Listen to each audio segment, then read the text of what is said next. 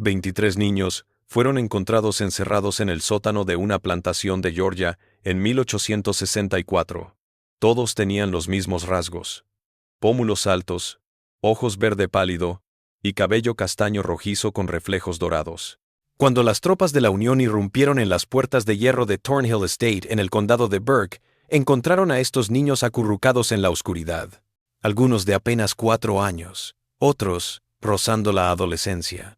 La mayor, de 13 años, les dijo algo que hizo que soldados endurecidos se pusieran enfermos. La señora dice que somos su herencia. No podemos irnos. Somos su sangre. Los archivos militares de la 34. Ara Infantería de Massachusetts solo lo mencionan una vez, en una carta clasificada y enterrada en los archivos regimentales durante más de un siglo.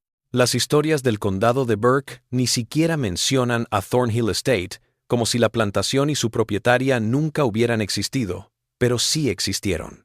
Lo que Catherine Thornhill developed over those 16 years between her husband's death and the arrival of federal troops is one of the most disturbing chapters in American history.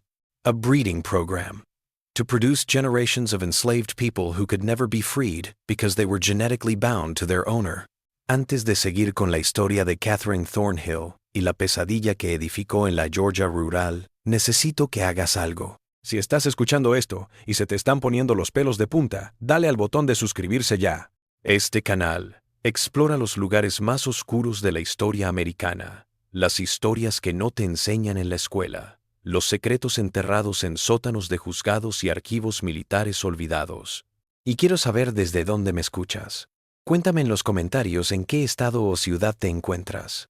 ¿Te encuentras cerca del condado de Burke, Georgia? ¿Qué secretos similares esconde tu ciudad? Averigüémoslo. Ahora, regresemos al principio. Una mañana de febrero de 1847, cuando una joven viuda heredó una plantación en ruinas y forjó un plan que atormentaría a Georgia durante generaciones. El invierno en que Catherine Danforth Thornhill enterró a su marido fue el más frío que el condado de Burke había visto en 20 años.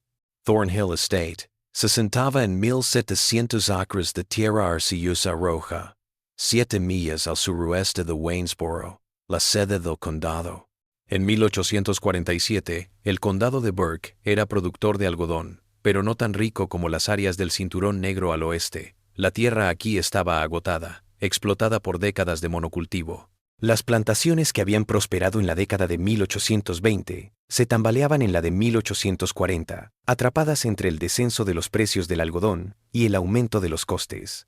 La guerra con México se había llevado a los jornaleros y las pláticas de expansión territorial partían comunidades con líneas amargas. Thornhill Estate había sido una de las granjas más prósperas de la zona. Su difunto esposo, Jonathan Thornhill, la había heredado de su padre en 1838 con 42 esclavos y equipo suficiente y una deuda manejable. Pero Jonathan había sido un gastador y un jugador. Cuando una fiebre invernal se lo llevó en febrero de 1847, la propiedad estaba hipotecada hasta la bandera. Los campos apenas daban para alimentar a los trabajadores y los acreedores rondaban como buitres. Catherine tenía 28 años cuando enviudó. Se había casado con Jonathan a los 19 años en un matrimonio arreglado por su padre, Theodore Danforth, un acaudalado comerciante de Augusta. Los Danforth eran dinero antiguo de Georgia, descendientes de colonos que habían llegado en la década de 1730. Catherine había sido instruida por institutores. Hablaba francés fluidamente y había sido criada para dirigir una casa grande. Lo que no esperaba era heredar una plantación en ruinas, con deudas hasta el cuello, y un hijo de 16 años que la miraba con algo no muy lejos del odio. Richard Thornhill era el hijo de Jonathan de su primer matrimonio. Su madre había fallecido en el parto en 1831, y su padre se había vuelto a casar 5 años después. Richard nunca había aceptado a Catherine. Siempre la había considerado una extraña, que había reemplazado a su verdadera madre. Era un chico reservado, ratón de biblioteca, que se refugiaba en la pequeña biblioteca de la casa, lejos de su madrastra y de la práctica de administrar una plantación. Le parecía flojo, poco práctico y demasiado sentimental con los esclavos. Una vez, él había propuesto enseñarles a leer, una idea tan peligrosa que Catherine le había prohibido volver a mencionarla. La misma plantación mostraba su deterioro. La casa principal era de 2 pisos, de ladrillo encalado, con 6 columnas en el porche delantero, construido en 1805 en estilo federal. La pintura se desprendía de los marcos de las ventanas, y el techo goteaba en 3 puntos. Los muebles del interior eran una mezcla de piezas heredadas de la familia de Jonathan y reemplazos más baratos comprados cuando las buenas piezas habían sido vendidas para pagar deudas de juego. Detrás de la casa principal se encontraban el edificio de la cocina, el ahumadero, la lechería y la cabaña del capataz, todos en estados similares de deterioro. Más allá de una línea de robles vivos cubiertos de musgo español, estaban los barrios donde residía la población esclavizada. En 1847, había 31 personas viviendo en la propiedad, 11 hombres, 13 mujeres y 7 niños. Otros 16 habían sido vendidos en los 3 años anteriores para pagar las deudas de Jonathan. Los que quedaban sabían que habría más ventas. El miedo flotaba en las habitaciones como niebla sobre el río Savannah. Catherine pasó el primer mes tras la muerte de Jonathan en una especie de rabia controlada. Se encontró con el abogado de la propiedad, Ambrose Talbot, quien le presentó sus opciones en términos claros: vender la propiedad y los esclavos restantes para pagar las deudas, y tal vez le quedaría lo suficiente para vivir modestamente en Augusta, bajo el techo de su padre, o de alguna manera hacer que la plantación volviera a ser rentable, algo que Talbot dudaba que fuera posible, dadas las condiciones del mercado del algodón y las arcas agotadas de la propiedad. Ninguna de las alternativas era aceptable para Catherine.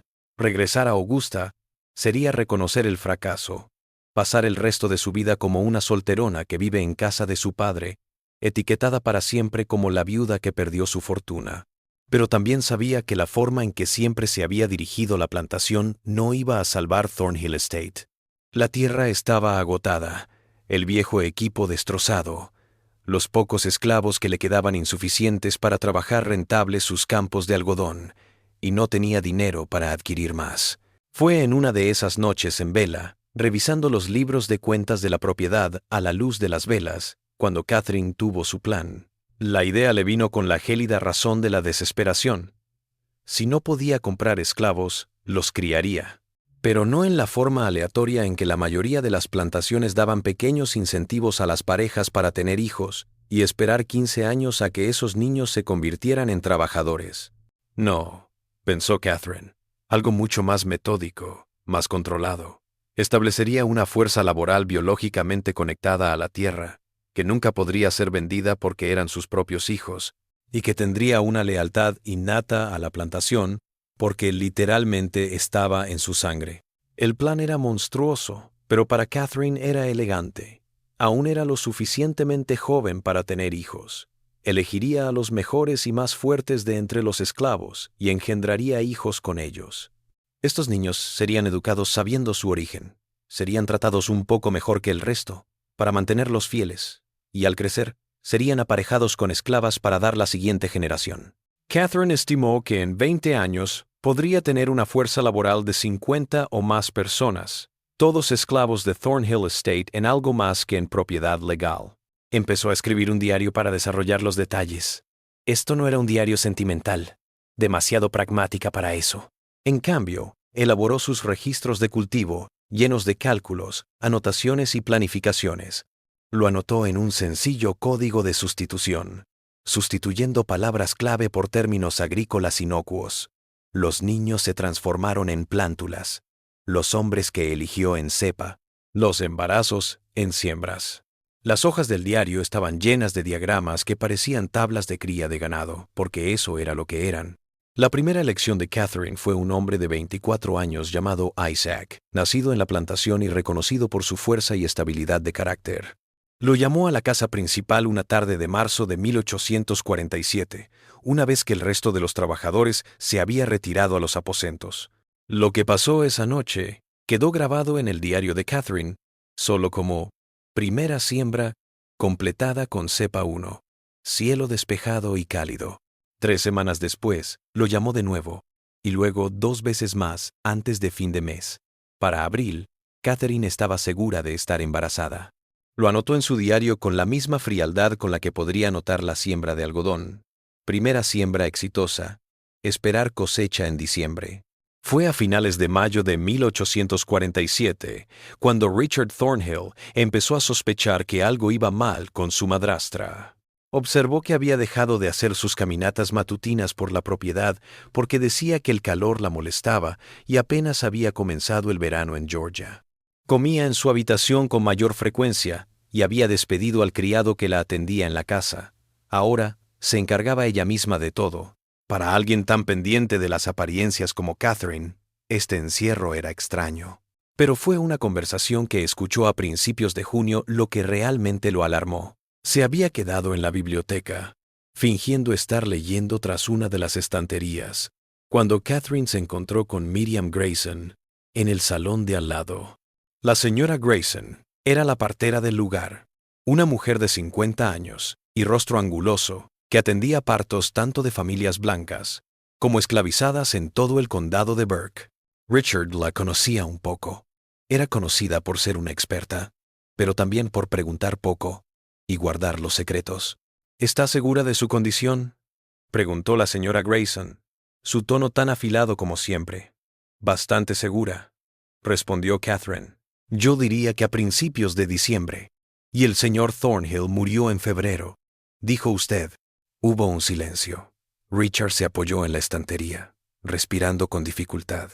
Mi difunto esposo y yo estuvimos juntos en enero, dijo Catherine con calma, justo antes de su enfermedad final. Por supuesto. La voz de la señora Grayson tenía un tono de algo que no era incredulidad, sino una cuidadosa neutralidad. Tendré que revisarla adecuadamente. Y tenemos que hablar de los planes para el parto. ¿Querrá que me quede en la casa? Sí, lo haré. Y voy a necesitar su discreción, Miriam, absolutamente. La tiene, como siempre. Richard esperó a que ambas mujeres salieran de la habitación antes de salir de su escondite. Sus manos temblaban. Las matemáticas no sumaban. Su padre había estado en cama todo enero, apenas consciente la mayoría de los días, delirando por fiebre y escalofríos. Richard se había sentado con él muchas noches. No había habido tiempo para una relación entre su padre y Catherine. El niño que Catherine llevaba tuvo que haber sido concebido después de la muerte de Jonathan en marzo, abril con otro hombre. Las palabras le revuelven el estómago a Richard. Si se descubriera que Catherine había tenido un hijo fuera del matrimonio, el escándalo acabaría con lo que quedaba de la reputación familiar. Los acreedores se abalanzarían sobre la propiedad. Los Danforth de Augusta lo rechazarían. Pero más allá de lo que significaría en términos prácticos, lo que aterrorizaba a Richard era la decepción en sí misma. Catherine iba a reclamar a este niño como el heredero legítimo de su padre. Iba a mentirle a todos. Iba a forjar su futuro en el engaño. Sopesó sus opciones. Podría enfrentarme a Catherine, pero solo tenía 16 años, y ella tenía el control legal de la propiedad. Podría ir al abogado Talbert en Waynesboro, pero sin evidencia sería su palabra contra la de Catherine, y como menor, su palabra no llevaría mucho peso. Podría escribirle a su abuelo Danforth en Augusta, pero Catherine revisaba todo el correo que salía de la propiedad. En cambio, Richard comenzó a estudiar a Catherine, a buscar pistas, a tratar de descifrar lo que estaba tramando. Observó que ella llamaba a Isaac a la casa principal, siempre de noche, siempre cuando el capataz estaba fuera, en la ciudad o trabajando en otras partes de la finca. Observó que la forma en que Catherine trataba a Isaac era distinta a como trataba a otros esclavos. No amable, pero menos abiertamente hostil. Le hablaba en oraciones completas en lugar de órdenes cortas. Para julio, Richard estaba convencido de que Isaac era el padre del hijo de Catherine. La idea lo horrorizó, no solo por la transgresión de las normas sociales y legales, sino por lo que revelaba sobre la naturaleza de Catherine. Ella había calculado fríamente tener un hijo con un esclavo, reclamar al niño como suyo y de su difunto esposo, y mantener la mentira para siempre. ¿Qué tipo de mujer podía planear un engaño tan frío? Encontró parte de la respuesta a principios de agosto, en uno de los poco frecuentes viajes de Catherine a Waynesboro. Richard había estado revisando documentos legales de la propiedad. Tenía ideas dispersas sobre la búsqueda de algo que pudiera darle poder sobre Catherine cuando tropezó con un diario encuadernado en cuero escondido en un cajón cerrado con llave del escritorio de Catherine. La cerradura era lo suficientemente sencilla como para que un chico de 16 años con ganas pudiera abrirla. El diario estaba en código, pero Richard siempre había sido bueno en acertijos. Le llevó 3 días, trabajando en secreto cada vez que Catherine salía de casa, descifrar el código de sustitución. Lo que leyó le heló la sangre. Catherine no solo se acostaba con Isaac, estaba ejecutando un programa de reproducción. El diario lo revelaba con detalles escalofriantes. Su plan de tener numerosos hijos con hombres esclavizados seleccionados, criar a esos niños como trabajadores de la plantación, y finalmente, criar a esos niños entre ellos y otros esclavos, para generar una población creciente de trabajadores vinculados genéticamente a Thornhill Estate y a la propia Catherine. Había cuadros, estadísticas de nacimientos estimados para períodos de 5 años, observaciones sobre qué varones reunían características físicas deseables, especulaciones sobre si la fuerza, la inteligencia o el carácter eran hereditarios. Sonaba a un manual de ganaderos, solo que el ganado eran personas. Richard transcribió algunas páginas del diario, traduciendo el código a texto plano. Su mano temblaba tanto que apenas podía sostener la pluma. Esto era prueba. Esta era la perversidad de Catherine. Podría llevar esto a la policía, podría revelarla. Pero esa noche en la cena, Catherine lo observó con sus ojos verdes helados y comentó: «Richard, ¿has estado en mi estudio últimamente? Algunos de mis documentos parecen haber sido manipulados». «No, señora», mintió Richard, su garganta apretada. «Archivo algunas cosas bajo llave por una buena razón», continuó Catherine, rebanando su carne con movimientos precisos. «Si alguna vez me enterara de que alguien ha violado mi privacidad, ha traicionado mi confianza de tal manera, creo que tendría que tomar medidas drásticas. ¿Entendés?» «Sí, señora». «Bueno, porque la lealtad familiar es lo primero, Richard, lo primero. Sin ella, no somos más que bestias, devorándonos». Ella sonrió, pero la sonrisa no llegó a sus ojos. «Sé que querías a tu padre. No permitiré que su nombre sea arrastrado por el lodo por un escándalo, y menos por un escándalo que podría surgir de su propia casa». La amenaza estaba hecha. Si Richard trataba de desenmascarar a Catherine, ella encontraría la forma de darle la vuelta en su contra, de convertirlo en un hijastro resentido y trastornado que se inventaba cosas sobre una viuda afligida. ¿A quién creerían las personas? ¿Una anciana dama de plantación de una familia sureña de alta alcurnia o un adolescente torpe con un conocido rencor hacia su madrastra? Richard volvió a su habitación esa noche y quemó las páginas que había copiado, pero continuó observando a Catherine y empezó a encontrarse cada vez más enfermo. Empezó con cansancio. Para septiembre, Richard estaba agotado a media tarde, incapaz de concentrarse en sus libros. Su apetito se redujo. Le daban dolores de cabeza que no lo dejaban pensar. Para octubre, estaba débil muscularmente y tenía dolores de estómago esporádicos. Catherine se preocupó.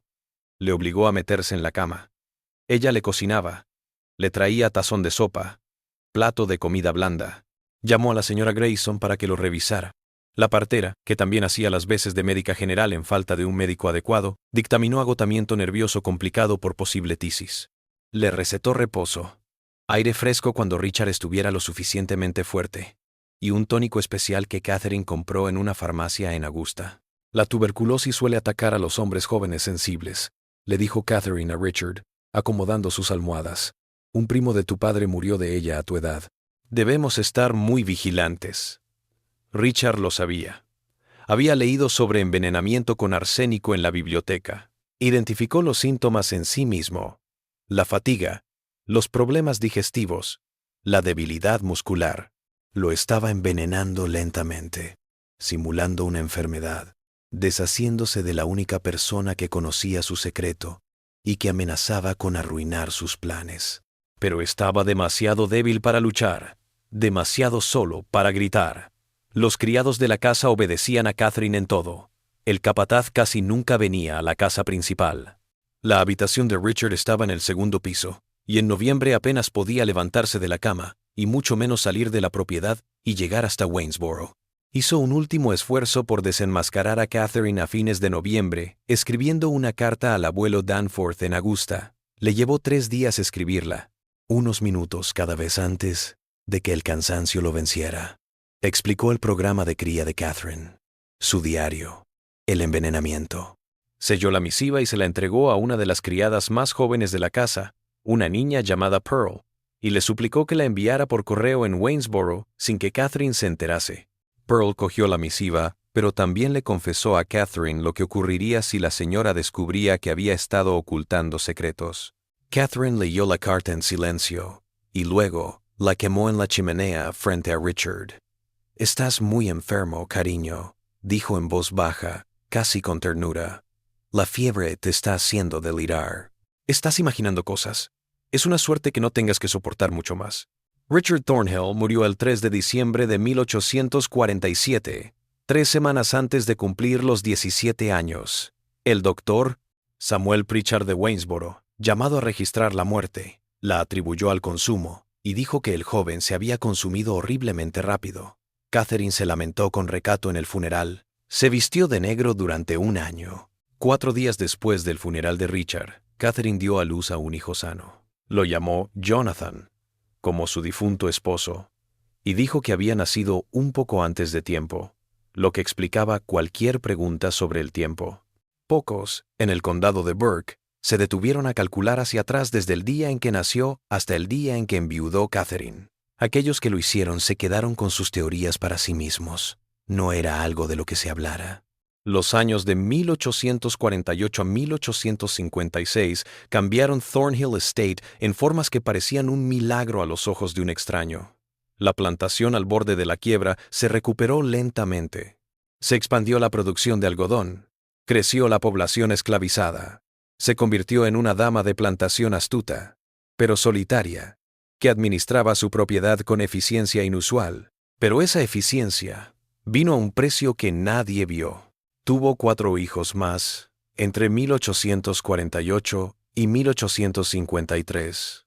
Las hijas Eleanor, Abigail y Margaret, y otro hijo llamado Samuel. Cada parto lo atendió sola Miriam Grayson, ahora completamente involucrada en los planes de Catherine. La partera fue bien recompensada por su ayuda y su silencio, más de lo que cobraba normalmente, más una pequeña cabaña en el límite de la propiedad Thornhill, donde podía vivir sin alquiler. La señora Grayson hizo más que parir a los hijos de Catherine. También tenía un papel más sombrío: asegurarse de que las esclavas de la casa solo parieran niños que encajaran con los planes de Catherine. Cuando se producían embarazos fuera de las parejas autorizadas de Catherine, y sucedía porque los humanos crearán vínculos incluso en los contextos más represivos, la señora Grayson suministraba abortifacientes, brebajes a base de hierbas que provocaban abortos espontáneos. Hacía estos procedimientos en una habitación pequeña detrás de la cabaña del capataz, lejos de la casa principal, lejos de las miradas. Las mujeres sometidas a estos abortos obligatorios casi nunca hablaban de ello, ni siquiera entre ellas. El trauma era profundo, el dolor inexpresable en un sistema que ya les negaba autonomía sobre sus cuerpos. Pero los rumores se extendían por las habitaciones de todos modos. Historias de mujeres embarazadas una semana y sangrando la siguiente, a quienes se les decía que solo habían perdido a sus bebés naturalmente. Pero todos sabían que la señora Grayson tenía algo que ver.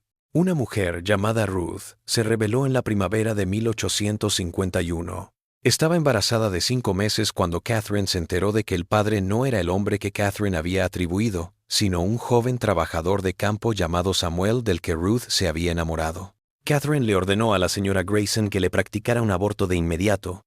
Ruth escapó. Llegó casi 4 millas a los bosques de pinos al suroeste de la plantación antes de que los perros del capataz la olfatearan. Fue arrastrada de regreso a Thornhill Estate y sujeta por 2 hombres mientras la señora Grayson le forzaba los brebajes abortivos. Ruth sobrevivió físicamente, pero algo se quebró en su interior. Siguió trabajando mecánicamente después de eso, habló poco y murió 2 años más tarde durante una fiebre que arrasó los aposentos. Tenía 24 años, pero la de Ruth fue solo una de muchas tragedias. Para 1856, el programa de Catherine había dado lugar a 7 hijos propios, todos ellos criados en una extraña zona fronteriza. Eran esclavos legales, Catherine los había registrado en los registros del condado como hijos de esclavas en la propiedad, lo que le otorgaba la propiedad legal de ellos. Pero en realidad, vivían en la casa grande, se vestían bien, comían mejor que los otros niños esclavos, y eran educados informalmente por la propia Catherine. El mayor, Jonathan, tenía 8 años en 1856. Era un niño reservado y formal, muy parecido a Catherine. Los mismos ojos verdes, el mismo cabello castaño rojizo, los mismos rasgos agudos. A su padre, Isaac, lo vendieron a una plantación en Alabama en 1849. No lo recordaba. La presencia de Isaac se había vuelto un estorbo una vez que había logrado su objetivo. El dinero de la venta saldó parte de las deudas pendientes de la casa. Los niños pequeños no conocían su relación. Les decía que eran huérfanos afortunados que los había acogido en su casa por caridad cristiana. Les enseñó a leer y escribir, un acto ilegal en Georgia, donde era un delito enseñar a leer a los esclavos. Pero Catherine confiaba en que nadie irrumpiría en su hogar y descubriría lo que estaba enseñando a estos niños.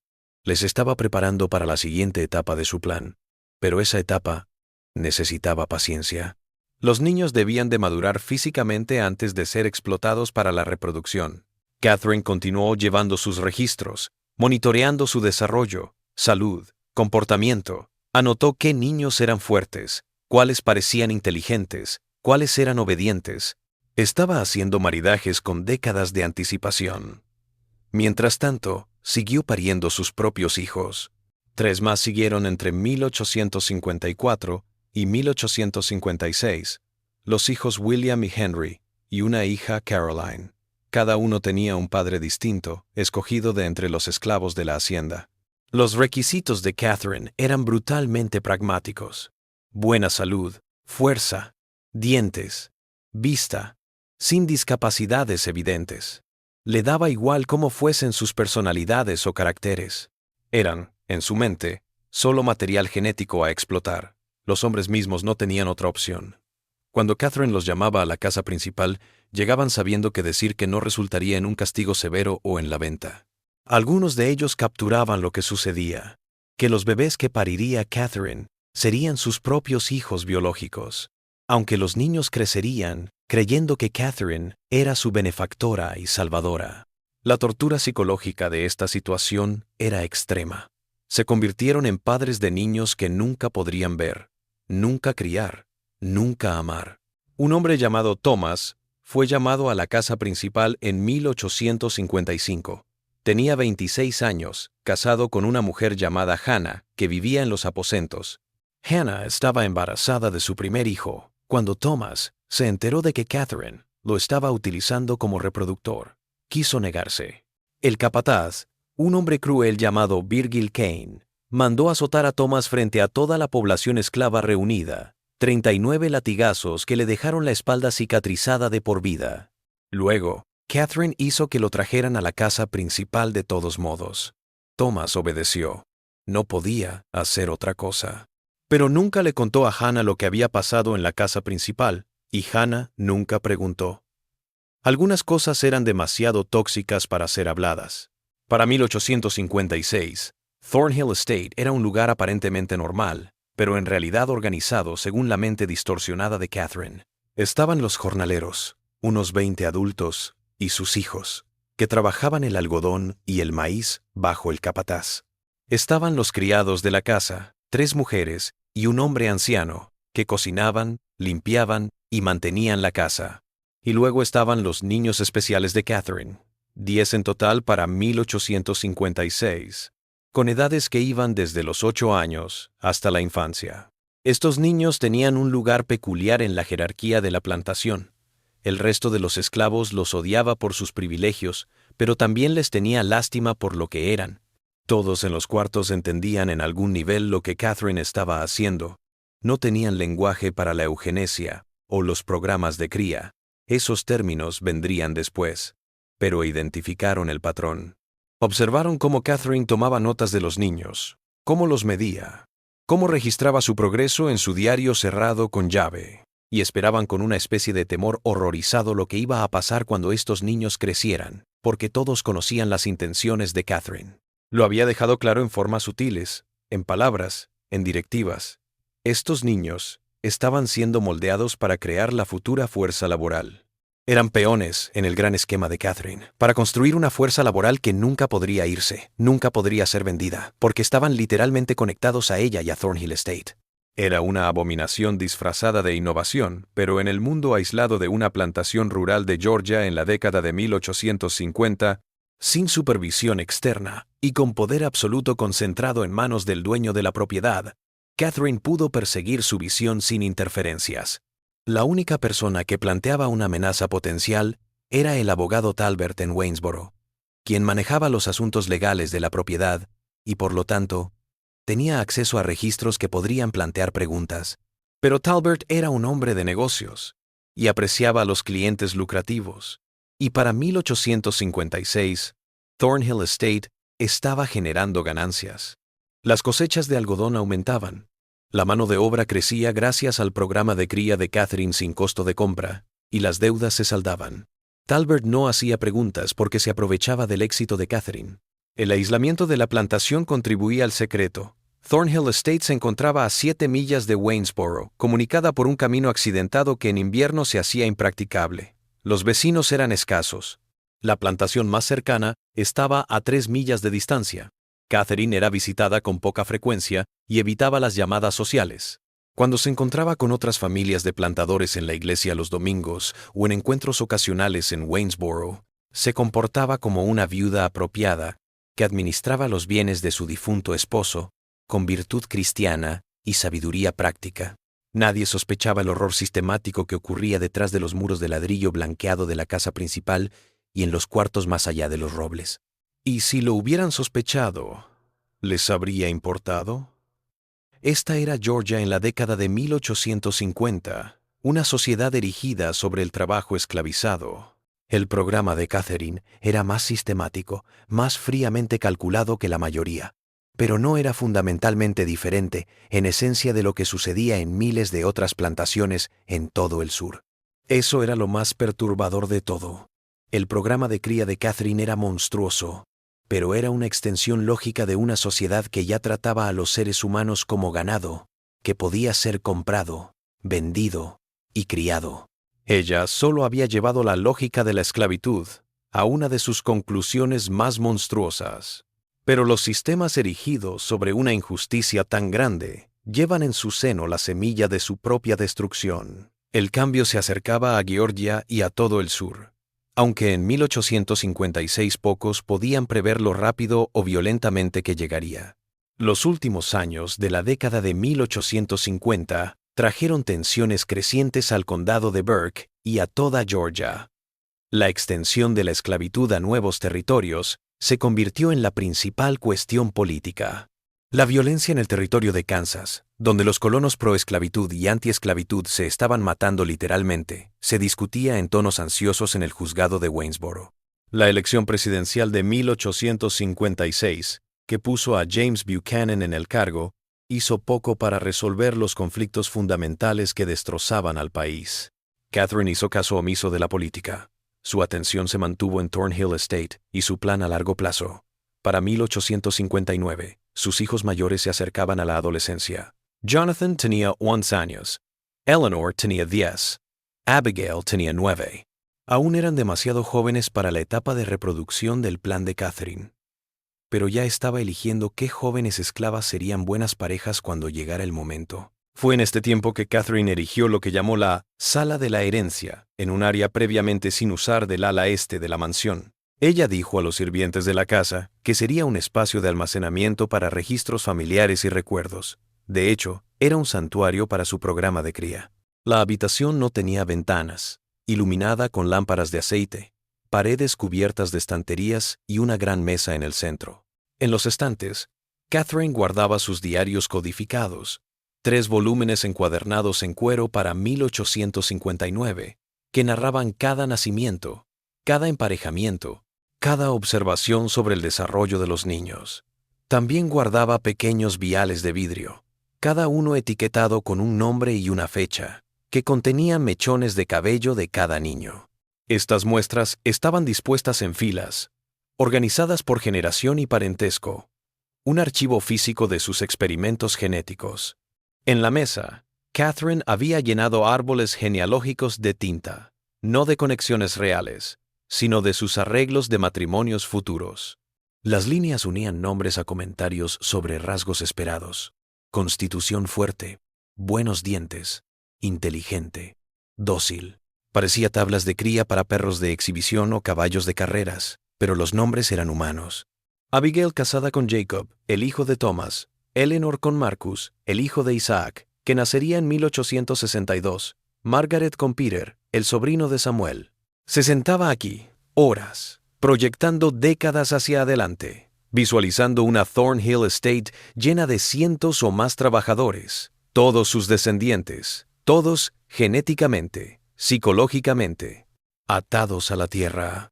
En su mente estaba diseñando algo nuevo, una plantación que nunca tendría escasez de mano de obra, que nunca tendría que comprar nuevos esclavos, que nunca correría el riesgo de fugas en masa porque la población esclava no tendría a dónde ir. Eran familia, en todos los sentidos de la palabra. Hacer realidad esta visión exigió que Catherine ejerciera un control aún mayor sobre la jerarquía social de la plantación.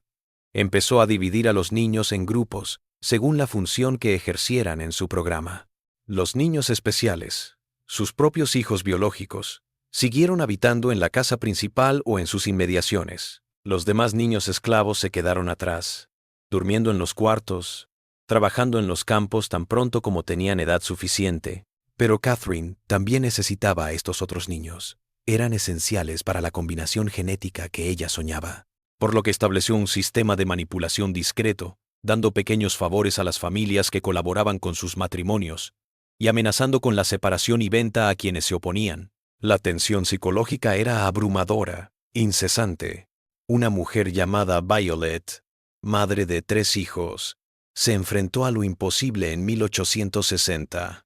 Catherine había decidido que la hija mayor de Violet, una niña de 14 años llamada Sarah, debería ser emparejada con uno de los trabajadores de campo mayores, un hombre de unos 30 años llamado Elijah.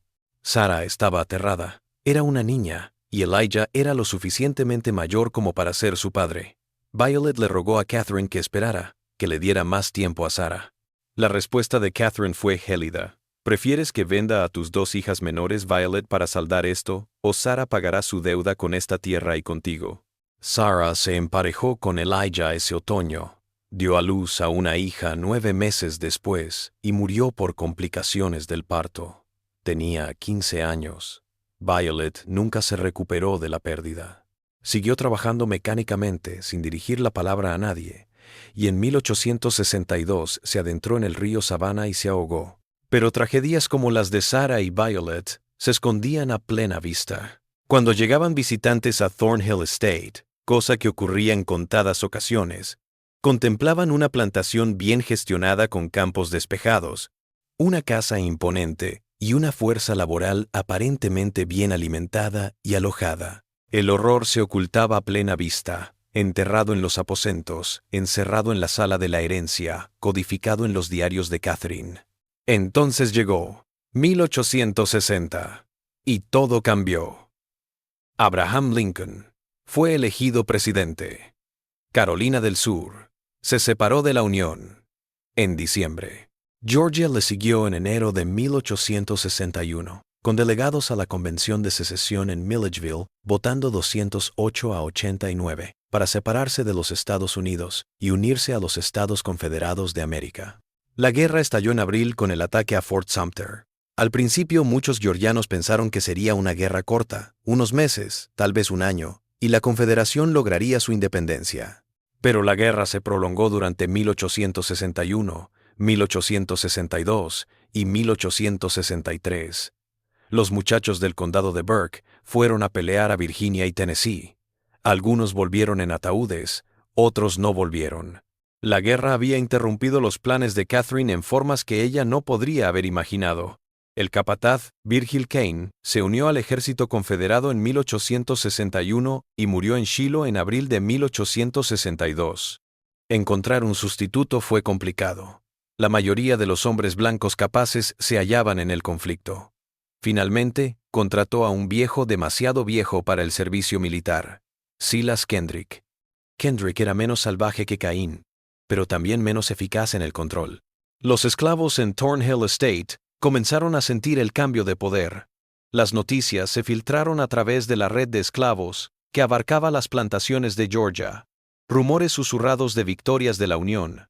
Rumores de que Lincoln había declarado libres a los esclavos en territorio confederado. Especulaciones sobre lo que sucedería si los yanquis llegaban al sur. Catherine apretó las mandíbulas con fuerza. Confinó a la población esclavizada a la plantación sin permitir que nadie saliera ni siquiera a visitar a sus familiares en propiedades cercanas.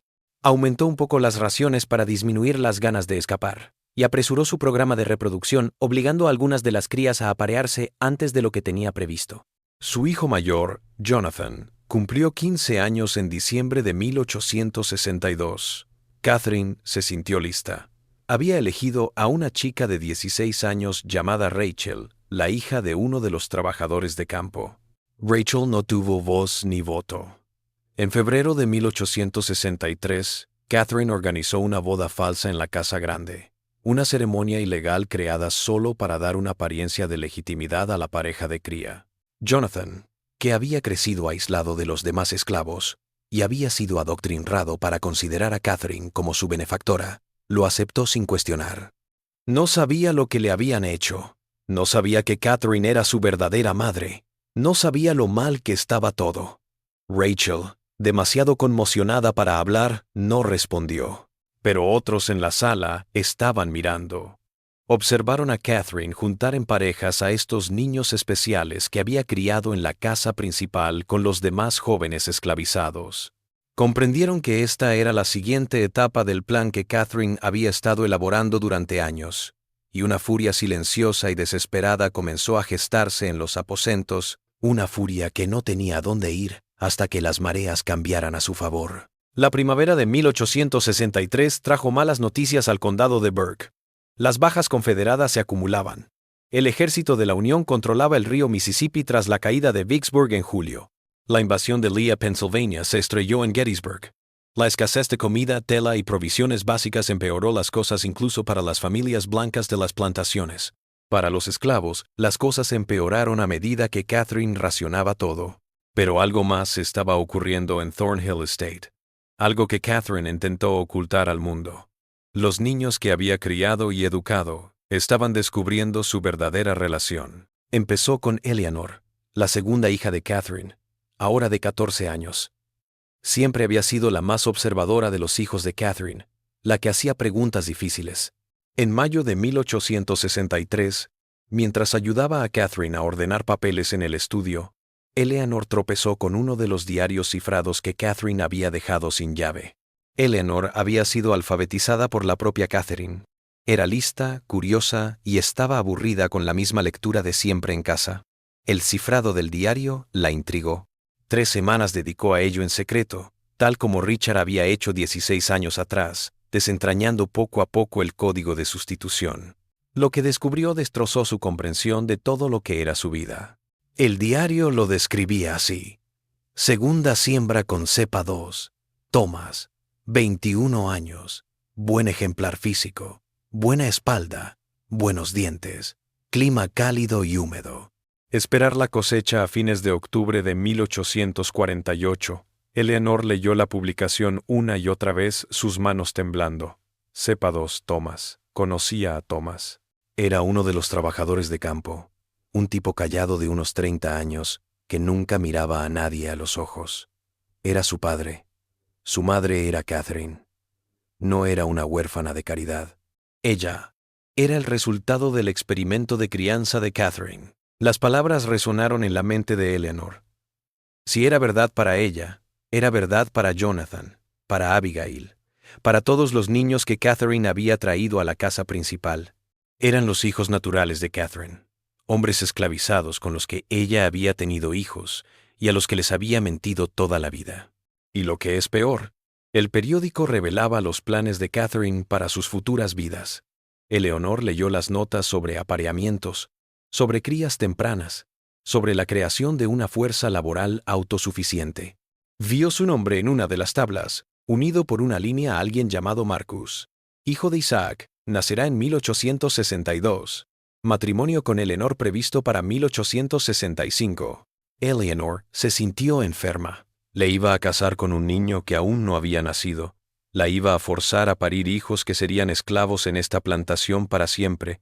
La iba a convertir en otra bestia de cría en este infierno. Ella se enfrentó a Catherine esa noche, su voz temblando de furia y horror. Leí tu diario. Sé lo que eres. Sé quién soy.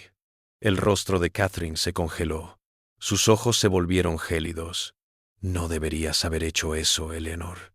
Eres mi madre. Thomas is my father. Y has estado planearnos para criarnos como animales. Eleanor apenas podía hablar. Siéntate, ordenó Catherine. No, siéntate. La amenaza en la voz de Catherine era inconfundible. Eleanor se sentó, todo su cuerpo temblando. Catherine caminó por la habitación, su mente girando sobre el nuevo problema que Eleanor ahora representaba. Finalmente habló. Eres lo suficientemente inteligente como para comprender la situación en la que nos encontramos. Así que seré directo. Sí, soy tu madre biológica. Sí, he estado creando un programa para desarrollar una fuerza laboral autónoma para esta propiedad. Y sí, tú y los demás vais a ir a ese programa cuando tengáis edad. No lo haré, dijo Eleanor, pero su voz no era segura. Lo harás, porque la otra opción es peor. Catherine se inclinó, su rostro a pulgadas del de Eleanor. Ahora vives en esta casa, comes buena comida, vistes ropa, sabes leer y escribir. ¿Y qué pasa si te niegas a colaborar? Te vendo.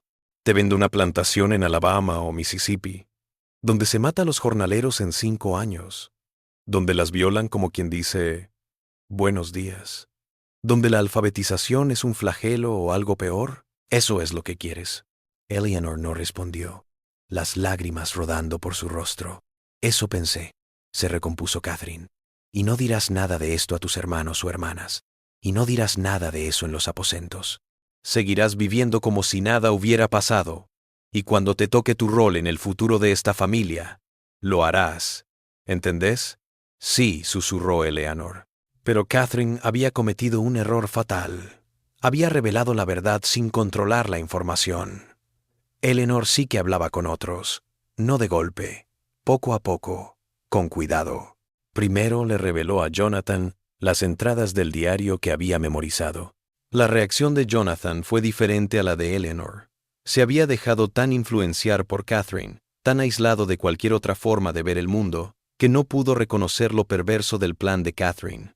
Ella nos dio una vida, dijo Jonathan, confundido por la rabia de Eleanor. Pudimos haber estado en los campos. En vez estamos aquí. Somos propiedad, Jonathan. Somos esclavos. Nuestra propia madre nos esclavizó. Nos está defendiendo. Nos está sosteniendo. Si nos vendían, nos separaban, nos mandaban lejos, y así fue como nos quedamos. Nos quedamos en Thornhill. Eleanor se dio cuenta con horror de que Jonathan había sido adoctrinado demasiado bien. No veía la jaula que Catherine había levantado en torno a todos ellos. Pero Abigail, de 13 años y astuta como el cristal, lo captó de inmediato cuando Eleanor se lo reveló, y Margaret, de 12 años, también lo entendió. Los más pequeños eran demasiado pequeños para entenderlo, pero los mayores ahora lo sabían, lo que eran y lo que Catherine quería de ellos. El saber transformó el ambiente de la casa principal. Catherine lo sintió en el aire. La manera en que sus hijos la observaban ahora. Había miedo, sí, pero también otra cosa. Cálculo. Espera. Estaban esperando y Catherine lo sabía. Sopesó sus opciones. Podría vender a los niños mayores, deshacerme de ellos, pero eso desperdiciaría años de inversión y planificación. Podría azotarlos hasta romperles el espíritu, pero la violencia física podría perjudicarlos en formas que afectarían el programa de reproducción. Los quería saludables, reproductivos. Así que Catherine tomó otro camino. Mostraría los resultados de la desobediencia en otro. En agosto de 1863, una joven llamada Grace intentó escapar de Thornhill Estate. Tenía 17 años. Estaba embarazada y desesperada. Había sido obligada a casarse con uno de los trabajadores de campo en contra de su voluntad y no podía soportar la idea de traer un niño a este sistema. Huyó por la noche al este, hacia el río Savannah, con la idea de cruzar a Carolina del Sur y alcanzar las líneas de la Unión. Fue capturada en 12 horas. Los perros la siguieron hasta un arroyo a 3 millas de la plantación. Fue traída de vuelta, encerrada en una de las habitaciones. A la mañana siguiente, Catherine reunió a todas las personas esclavizadas, incluso a sus niños especiales de la casa principal, en el patio entre los aposentos y la casa grande. Grace fue arrastrada, con las manos atadas. Catherine se quedó de pie en el porche de la casa principal, su rostro inexpresivo. Esta mujer trató de desertar de sus obligaciones a esta propiedad y a todos ustedes. Trató de destruir la familia que tenemos aquí. El castigo para tal traición debe ser severo. Lo que vino después fue salvaje. Grace fue azotada en público. 20 latigazos por el viejo capataz Kendrick, quien realizó el castigo con sombrío disgusto.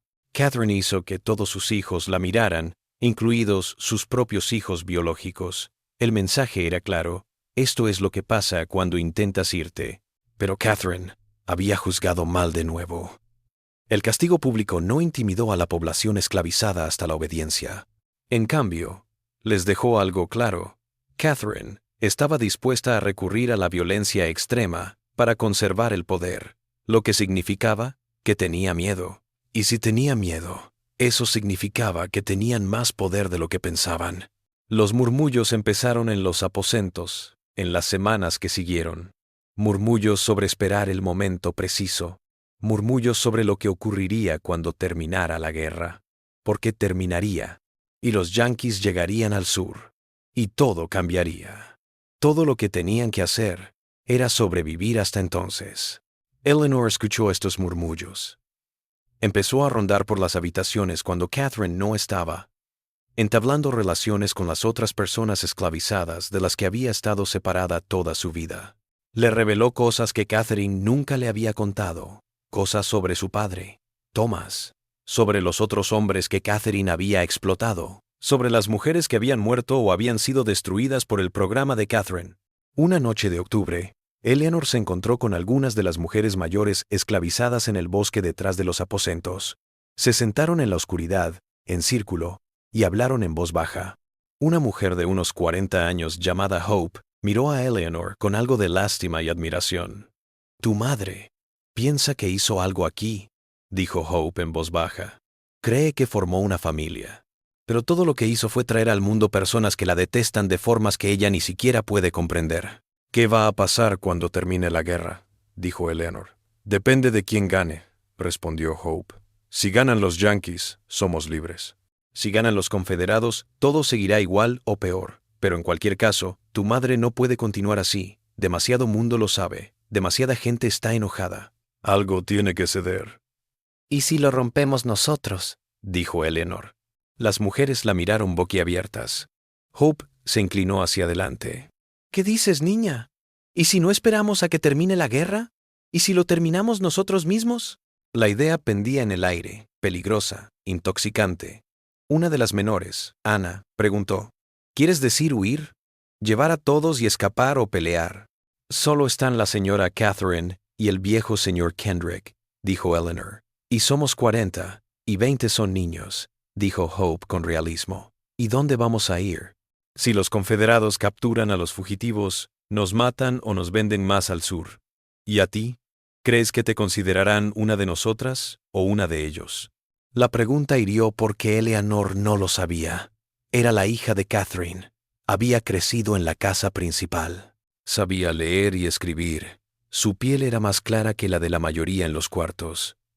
¿La aceptarían si llegaba a ser violenta? Antes de que Eleanor pudiera responder, escucharon pasos entre la maleza. Todos se dispersaron, se desvanecieron en la noche. Eleanor corrió de regreso a la casa principal, su corazón latiendo con fuerza, preguntándose si alguien había oído su conversación, si Catherine lo descubriría, si todo se derrumbaría. Pero no hubo castigo. El día siguiente pasó, y el día después de eso. Aparentemente habían evadido la detección, pero la semilla estaba sembrada. La idea de que no tenían que esperar a que llegaran fuerzas externas a liberarlos. Podían hacer cosas por sí solos. Aquella idea se propagó por los aposentos como una fiebre. Catherine lo notó, pero no pudo señalar lo que era. Redobló la vigilancia, puso a Kendrick a patrullar los aposentos por la noche, limitó aún más la libertad. La tensión en Thornhill Estate creció cada semana.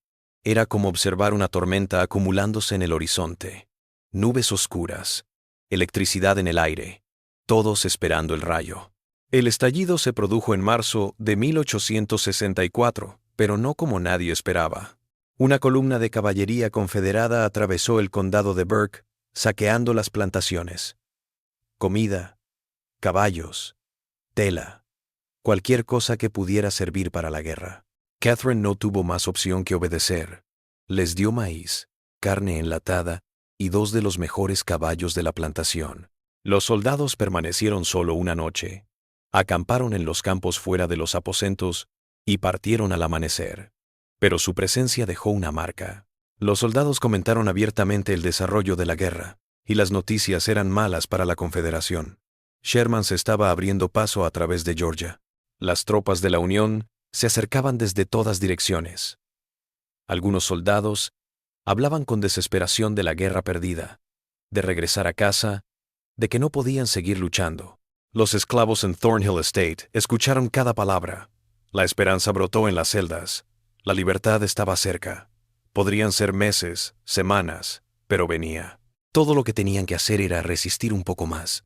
Pero Catherine, sintiendo esta esperanza y horrorizada por lo que podría significar para sus futuras ambiciones, intervino. Si la Confederación caía, si se liberaba a la población esclavizada, todo lo que había creado se desmoronaría. Sus niños especiales se marcharían. Su programa de cría se extinguiría. 16 años de labor reducidos a nada. Ella no podía permitir que eso sucediera. La noche del 17 de marzo de 1864, Catherine reunió a sus hijos naturales en la casa principal: Jonathan, Eleanor, Abigail, Margaret, Samuel, William, Henry, Caroline y los 3 bebés, once en total, cuyas edades oscilaban entre los 16 años y los 6 meses. Las cosas van a cambiar pronto, les dijo Catherine, su voz tranquila pero sus ojos intensos. La guerra puede matarnos. Los yanquis pueden venir. Puede que intenten separarme de ti, destruir nuestra familia. No lo voy a permitir. El hielo se arrastró por la columna vertebral de Eleanor. ¿Qué vas a hacer? Vamos a asegurar nuestro futuro, dijo Catherine. Esta noche. Los guió hasta la sala de la herencia en el ala este, la habitación en la que ninguno de ellos, aparte de Jonathan, tenía permitido poner un pie. Catherine prendió las lámparas de aceite, iluminando las estanterías de diarios, los frascos de muestras de cabello, los árboles genealógicos escritos en papel y colgados en las paredes. Este es nuestro legado, dijo Catherine. Esto lo creamos juntos y nadie nos lo va a quitar. De un armario cerrado con llave, Catherine sacó una cajita de madera. En su interior había frascos de vidrio llenos de líquido transparente. Esto es láudano, dijo. En pequeñas dosis alivia el dolor. En mayor dosis, trae la paz eterna. Abigail jadeó. ¿Quieres envenenarnos? Os voy a proteger, le corrigió Catherine, su voz elevándose en la desesperación. Si vienen los yanquis, si sueltan a los otros, ¿a dónde vais a ir? No sois lo suficientemente blancos para vivir en la sociedad blanca, pero tampoco sois lo suficientemente negros para ellos. Seréis excluidos, sin amo, sin patria. Es mejor que os quedéis aquí. Os quedasteis juntos. Quedaos conmigo. Sí, dijo Eleanor con firmeza. Cualquier cosa es mejor que esto. El rostro de Catherine se tensó. Sois demasiado jóvenes para comprender. Todos sois demasiado jóvenes. Pero yo soy vuestra madre y sé lo que es mejor para esta familia. Se acercó a las botellas, pero Jonathan se interpuso entre ella y el resto. Tenía 16 años, casi tan alto como Catherine, y algo en su rostro se había transformado. No, dijo en voz baja. Jonathan, no seas estúpido. Tú captas el plan. Siempre has comprendido. Te escuché, dijo Jonathan. Pero Eleanor me mostró los diarios. Leí lo que escribiste sobre nosotros. sobre el padre Isaac, sobre el padre Thomas, sobre todos ellos. Sé lo que hiciste, sé lo que eres, soy tu madre. Eres un monstruo, dijo Jonathan. Su voz se rompió en la palabra. Catherine lo abofeteó, el sonido seco resonando en la pequeña habitación. ¿Cómo puedes atreverte después de todo lo que he hecho por ti, todo lo que he perdido? No renunciaste a nada, dijo Eleanor, avanzando para situarse al lado de Jonathan. Usaste a la gente, los mataste, nos destruiste. Catherine observó a sus hijos, realmente viéndolos por primera vez. Se habían aliado en su contra, incluso los más pequeños que no comprendían del todo la situación, pero percibían el enfrentamiento y tomaron partido por sus hermanos mayores. Los había perdido. Entonces, Catherine tomó una decisión desesperada. Si no podía tener a sus hijos, si la iban a rechazar y abandonar y destruir todo lo que había creado, al menos tendría la prueba de lo que había logrado. Las futuras generaciones conocerían lo que Catherine Thornhill había hecho, aunque la creación hubiera fracasado. Tomó los periódicos, las tablas, los viales de muestras de cabello, apretándolos contra su pecho. ¿Pensáis que podéis huir de mí? ¿Creéis que puedes pretender que nada de esto pasó? Estos archivos perdurarán. Probarán lo que he creado. Probarán que tenía razón. Empujó a sus hijos y salió corriendo de la habitación con la evidencia de sus delitos. Jonathan y Eleanor la siguieron, pero Catherine era más rápida. Moviéndose con energía maníaca, corrió a la casa principal. Salió por la puerta principal. Cruzó el patio a los aposentos. Lo que pasó después depende de a quién le preguntes. Muchas otras voces vendrían después, cada una recordando los acontecimientos de manera diferente, cada una distorsionada por su propio trauma, su propia perspectiva. En realidad, Catherine llegó a las habitaciones con sus diarios y sus especímenes. Pues bien, la esclavitud, alborotada por el ruido, salió de sus chozas y vio a la señora que los había atormentado durante 16 años, corriendo hacia ellos en la oscuridad, con la prueba de sus crímenes en la mano. Y alguien, tal vez Hope, tal vez uno de los hombres, tal vez varios a la vez, decidió que este era el momento, que esto era cuando terminaba. Catherine Thornhill se desvaneció esa noche.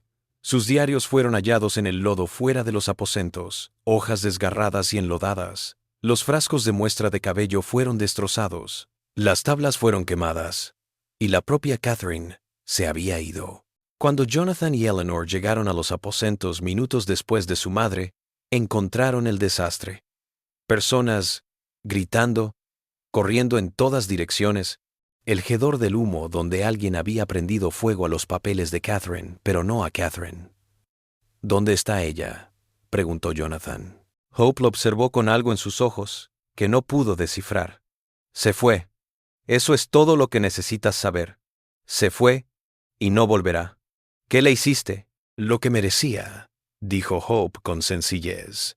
Ahora tienes una elección, chico. Puedes hacer un berrinche por tu madre, o puedes aceptar que se hizo justicia aquí esta noche y dejarlo reposar. Jonathan miró a Eleanor.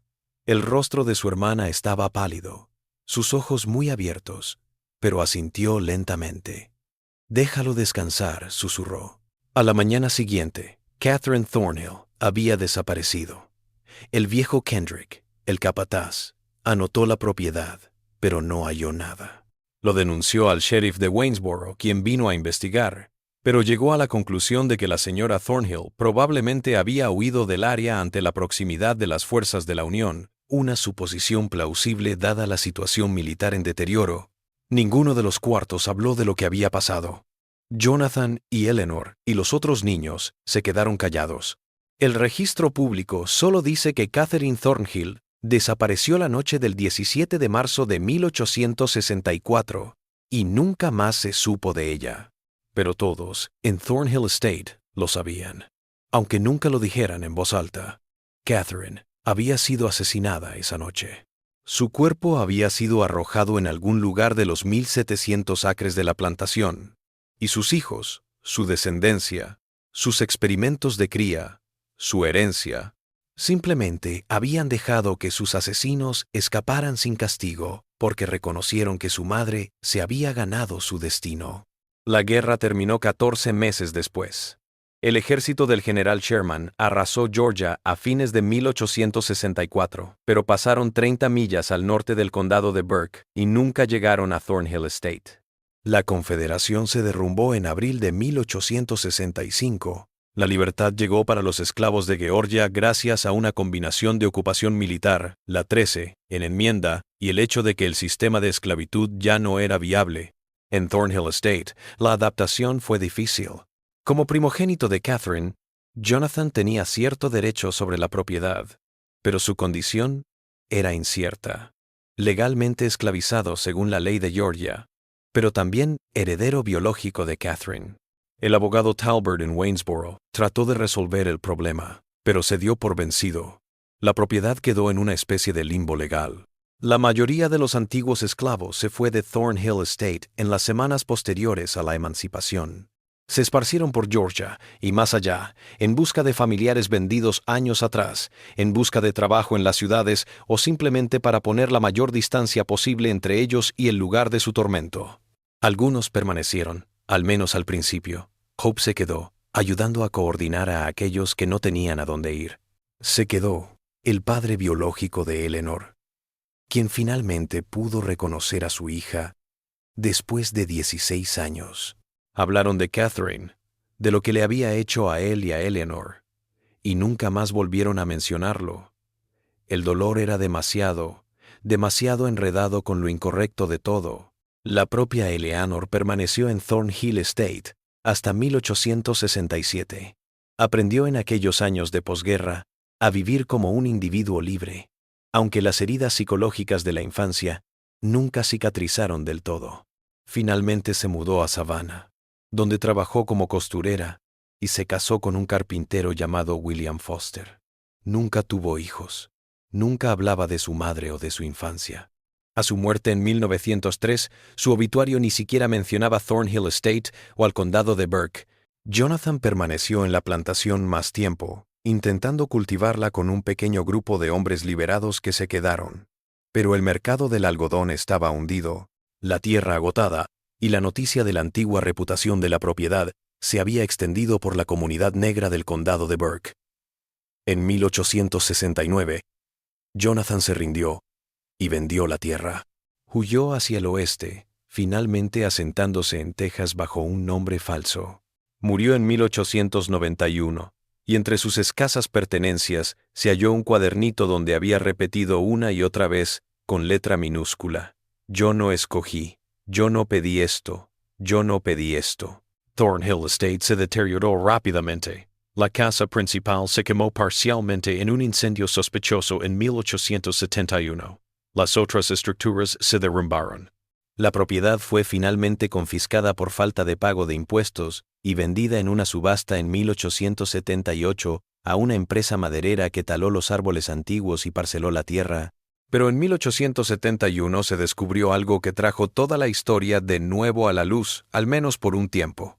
Un perforador de pozos que trabajaba en una propiedad cercana irrumpió accidentalmente en una antigua cisterna, en lo que había sido la tierra de Thornhill. En la cisterna, a 30 pies bajo tierra, había un esqueleto.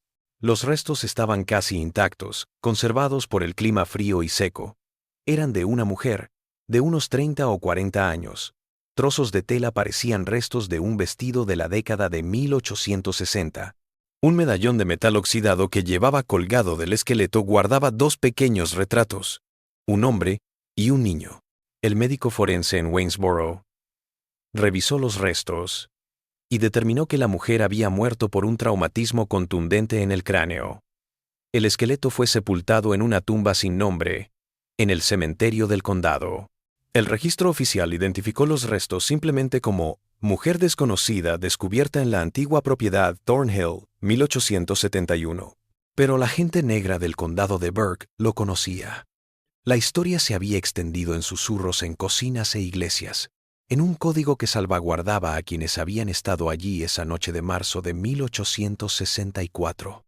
Sabían que Catherine Thornhill había sido asesinada por las personas que había esclavizado y torturado. Supieron que su cuerpo había sido arrojado en un pozo o cisterna. Sabían que se había hecho justicia de alguna manera. Con los años, llegó más información. siempre a cuentagotas, siempre incompleta. En 1889, un hombre en su lecho de muerte en Alabama le confesó a un ministro que había ayudado a matar a su antigua ama en Georgia durante la guerra. No dio nombre, no dio detalles, pero el ministro tomó nota de la admisión en sus registros. En 1902, una mujer de Savannah, nieta de Hope, redactó unas memorias de unas pocas páginas en las que se mencionaba la noche en que la señora Diablo desapareció y nadie lloró. La evidencia más condenatoria surgió en 1923, cuando un historiador que investigaba la guerra civil del condado de Burke tropezó con un alijo de cartas en el sótano del juzgado. Entre ellas se encontraba una carta de 1865 del capitán de la Unión Samuel Reynolds, quien había comandado una de las primeras tropas federales en ingresar al condado de Burke tras el final de la guerra. Reynolds escribió: «Hemos descubierto evidencia preocupante en una propiedad llamada Thornhill Estate. Evidencia de un programa de cría selectiva que la antigua propietaria fallecida realizó con personas esclavizadas, incluso con sus propios hijos biológicos. Los detalles son demasiado horribles para contarlos en su totalidad, pero varios testigos dijeron que la mujer, una tal Catherine Thornhill, tenía un programa para criar una población esclava autosuficiente a través de la reproducción forzada a través de generaciones. Los testigos también nos dijeron que la señora Thornhill desapareció en marzo de 1864 y, aunque no lo dirían directamente, el mensaje era evidente. He decidido no indagar más en el tema. Creo que cualquier justicia que se haya hecho con esta mujer se la tenía bien ganada. He dicho a mis hombres que no revelen lo que descubrimos». La carta se archivó y se olvidó una vez más, hasta que una estudiante de posgrado la descubrió en 1954 mientras investigaba su tesis doctoral sobre la reconstrucción en Georgia. Intentó confirmar la historia hablando con ancianos del condado de Burke que pudieran recordar relatos familiares de ese tiempo. La mayoría dijo que no sabía nada. Una mujer de 93 años, bisnieta de una de las personas esclavizadas en Thornhill Estate, solo dijo: «Pasaron algunas cosas que tenían que pasar. Algunos hicieron lo que había que hacer, y eso es todo». El último secreto de Thornhill Estate son los 23 niños que descubrieron encerrados en el sótano cuando llegaron las tropas federales. El informe oficial del capitán Reynolds los cita, así como algunas cartas de soldados de su unidad.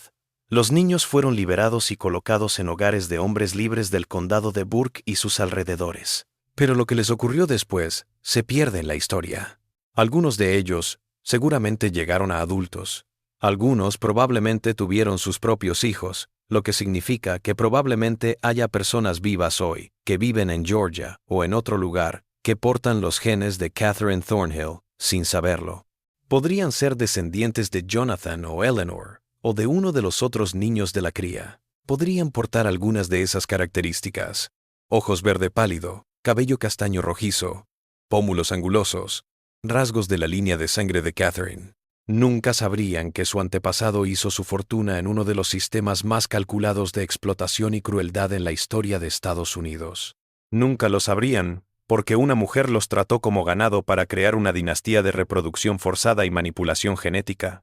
Nunca sabrían que el cuerpo de su tatarabuela estaba enterrado en una tumba sin nombre en el condado de Burke por las personas que había torturado, personas cuyos nombres nunca conocerían, porque protegieron los secretos de los demás incluso en la libertad. El lugar de Thornhill Estate hoy en día son solo campos y bosques. El condado no tiene ningún hito histórico.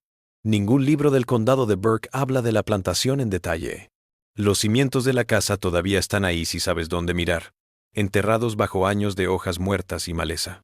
El viejo pozo donde se ocultó el cuerpo de Catherine se derrumbó hace tiempo y se llenó de tierra.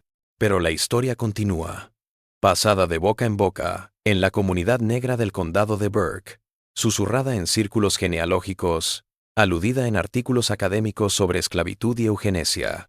Perdura porque dice algo real y horrible sobre la historia de Estados Unidos, no solo sobre la esclavitud en sí, sino sobre las cosas que los seres humanos se dirán a sí mismos para racionalizar y sistematizar la crueldad cuando tienen poder absoluto sobre otros. Se dijo a sí misma que estaba forjando algo nuevo, un nuevo modelo para dirigir plantaciones, garantizando el futuro de su familia. De hecho, estaba promoviendo y exacerbando uno de los mayores males de la humanidad y aquellos que explotó, crió, manipuló y torturó. Finalmente la borraron de la historia con la misma exhaustividad con la que ella había intentado borrar su humanidad. ¿Qué te pareció esta historia? ¿Crees que todo fue descubierto? ¿O todavía hay secretos enterrados en esa tierra en el condado de Burke? Pero la verdad es que nunca sabremos toda la verdad de lo que ocurrió en Thornhill Estate. Los que lo vivieron, los que sobrevivieron, se llevaron a la tumba ciertos secretos, y quizás tenían derecho a hacerlo. Quizá las historias les pertenecen a quienes las padecieron, no a historiadores, narradores como yo. Pero podemos respetarlos reconociendo que su resistencia importó, su supervivencia importó. Vencieron al sistema que intentó destruirlos. Si esta historia te resonó, si te hizo pensar en las historias no contadas de tu propia comunidad, cuéntame en los comentarios. Compártelo con alguien que ame sumergirse en los capítulos más oscuros de América. Y recuerda, el pasado nunca está tan lejos como pensamos. Hasta la próxima.